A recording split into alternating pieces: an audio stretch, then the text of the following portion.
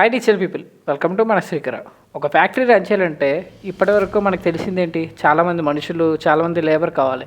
అదే ఒక కంప్యూటర్ చేయగలదా అనేది మనం ఈ వీడియోలో చూద్దాం.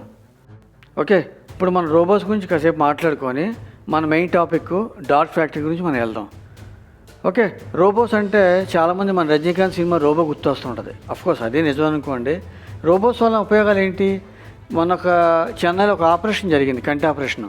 మ్యాన్ పవర్ అనేవాళ్ళు ఎవరు అసలు ఆపరేషన్ అనేది చేయలేదు. అంటే ఆ కన్ని నరానికి చాలా సన్నని సూది లాంటివి అవసరం అవుతుంటాయి. అంటే మ్యాన్ పవర్ కూడా ఫోల్డ్ చేయలేని సైజులో ఈ రోబోట్స్ అనేవి కూడా చాలా కూల్ ఆపరేషన్స్ అనేవి చేయడం జరిగింది. ఓకే, నెక్స్ట్ ఇంకో ఇంపార్టెంట్ విషయం అంటే రోబోట్స్ యొక్క మెయిన్ అడ్వాంటేజ్ అంటే కొన్ని కెమికల్ ఫ్యాక్టరీస్ ఉంటూ ఉంటాయి. ఆ కెమికల్ ఫ్యాక్టరీస్ ఉండడం వల్ల మ్యాన్ పవర్ ఉండడం వలన లంగ్స్ ప్రాబ్లమ్, లివర్స్ ప్రాబ్లమ్స్ అవన్నీ చాలా ప్రాబ్లమ్స్ ఫేస్ చేస్తున్నాయి. కానీ రోబోట్స్ వల్ల అడ్వాంటేజ్ ఏంటి? అలాంటి ఫ్యాక్టరీస్లో చాలా సక్సెస్ఫుల్గా ఆ వర్క్ కంప్లీట్ చేసుకుని రోబోట్స్ బయటకు వస్తాయి. నెక్స్ట్ ఇప్పుడు మీరు చూడండి, మున్సిపాలిటీ డ్రైనేజ్ క్లీనింగ్ కానివ్వండి, కొన్ని ట్యాంక్స్ ఉంటాయి. అంటే అవన్నీ చాలా డీకంపోజ్ అయిపోయి మ్యాన్ పవర్ అసలు గాలి పీల్చలేడు, చాలా కష్టం అవుతుంది. కానీ ఇవన్నీ వర్క్లు కూడా మన రోబోట్స్ వెళ్ళి చాలా సమర్థవంతంగా కంఫర్టబుల్గా ఆ పని మాత్రం బయట తీసుకొని వస్తున్నాయి. ఓకే, ఇప్పుడు మన అసైన్ ఫ్యాక్టరీలోకి వద్దాం, dark factory. Okay, dark factory అంటే ఏంటి? చీకట్లో ఫ్యాక్టరీ ఏంటని మీకు చాలామందికి సందేహం వస్తుంది. ఇది నిజమండి. ఎందుకంటే రియల్ ఎగ్జాంపుల్ చెప్పాలంటే ఇప్పుడు ఇంకా మనం దీని గురించి మాట్లాడుకుంటున్నాం. చైనా దేశం ఆల్రెడీ 5 సంవత్సరాల ముందే ఈ డార్క్ ఫ్యాక్టరీని సక్సెస్ఫుల్గా కంప్లీట్ చేయడం జరిగింది. నెక్స్ట్ జపాన్లో కూడా రోబోట్స్ ఒక్కొక్క రోబో వచ్చి 50 రోబోలు తయారు చేయడం అనేది ఆల్రెడీ జరుగుతుంది. నెక్స్ట్ అమెరికాలో ఒక ఫేమస్ రోబో ఉపయోగించి 24 అవర్స్ కార్ యొక్క డోర్స్ అవన్నీ తయారు చేయడానికి కూడా ఈ డార్క్ ఫ్యాక్టరీ అనేది ఆల్రెడీ జరుగుతుందన్నమాట. కానీ ఇక్కడ ఒక చిన్న డ్రాబ్యాక్ ఏంటంటే డార్క్ ఫ్యాక్టరీలో ఫస్ట్ టైం ఎస్టాబ్లిష్ చేసేటప్పుడు మాత్రం కొంచెం ఎక్స్పెన్సివ్గా ఖర్చు అవుతుంది, ఎక్కువ ఇదవుతుంది.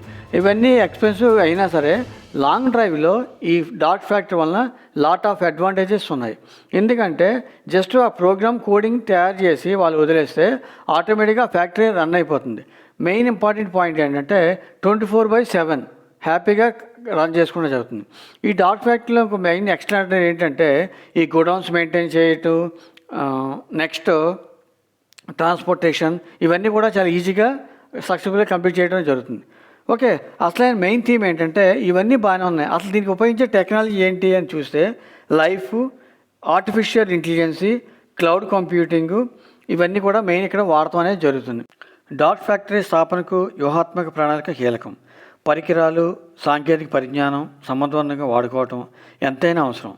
లేకపోతే టెక్నికల్ ప్రాబ్లమ్స్ అనేవి వస్తూనే జరుగుతుంది. ఓకే, మెయిన్ ఇంకొక ఇంపార్టెంట్ విషయం అంటే లైఫ్ అనే అధునాతన టెక్నాలజీ అనేది ఇందులో వాడుతూనే జరుగుతుంది. దీని యొక్క ప్రత్యేకత ఏంటంటే సమర్థవంతంగా, వేగంగా మార్చుకొని లైఫ్ పరిచయం ఉంటుంది. దీంట్లో స్పెషాలిటీ ఏంటంటే రేడియో వాయిస్ అనేవి ఉంటాయి. అంటే మన సిగ్నల్స్ అవి ఉంటాయి చూడండి, జియో సిగ్నల్స్, అవన్నీ కూడా ఒక మిషనరీ నుంచి ఇంకో వేరే మిషనరీకి చాలా ఈజీగా, సమర్థవంతంగా, కంఫర్టబుల్గా వెళ్ళటం అనేది జరుగుతుంది. ఇదే లైఫ్ యొక్క టెక్నాలజీ యొక్క ఎగ్జాంపుల్. సపోజ్ ఒక చిన్న ఎగ్జాంపుల్ చెప్తున్నాం.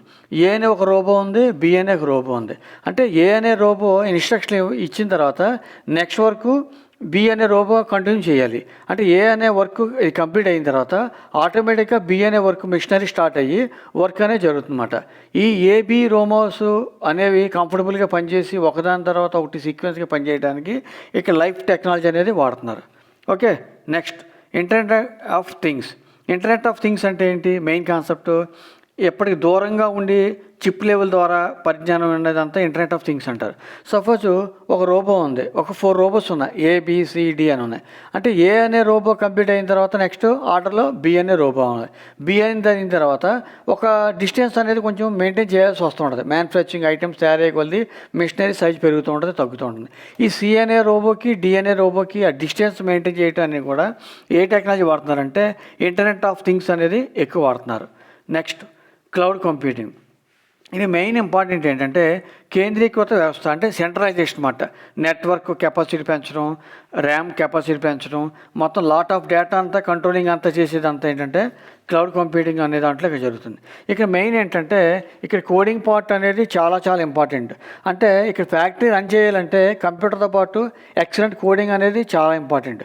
అది క్లౌడ్ కంప్యూటింగ్లో అవ్వచ్చు, పైథాన్లో అవ్వచ్చు, రోబోటిక్స్ అవ్వచ్చు, ఇవన్నీ కూడా. అంటే మెయిన్ ఇక్కడ ప్రోగ్రామ్ డిజైన్ చేయడం అనేది చాలా బిగ్ టాస్క్ అన్నమాట.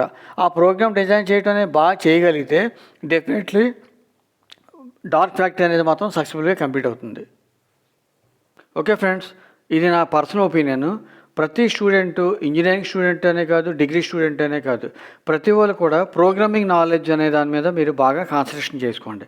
ఈ ప్రోగ్రామింగ్ నాలెడ్జ్ రాసి ఇలా డార్క్ ఫ్యాక్టరీ లాంట్లో, రోబోటిక్స్ లాంట్లో మీరు జాబ్ సంపాదించాలంటే నా ఒపీనియన్ ఏంటంటే C language, C++, Java, Python, robotics, cloud computing ఇలాంటి అడ్వాన్స్ కోర్స్ అన్ని చేసుకుంటున్నా మీకు మంచి బంగారు భవిష్యత్తు అనేది జరుగుతుంది.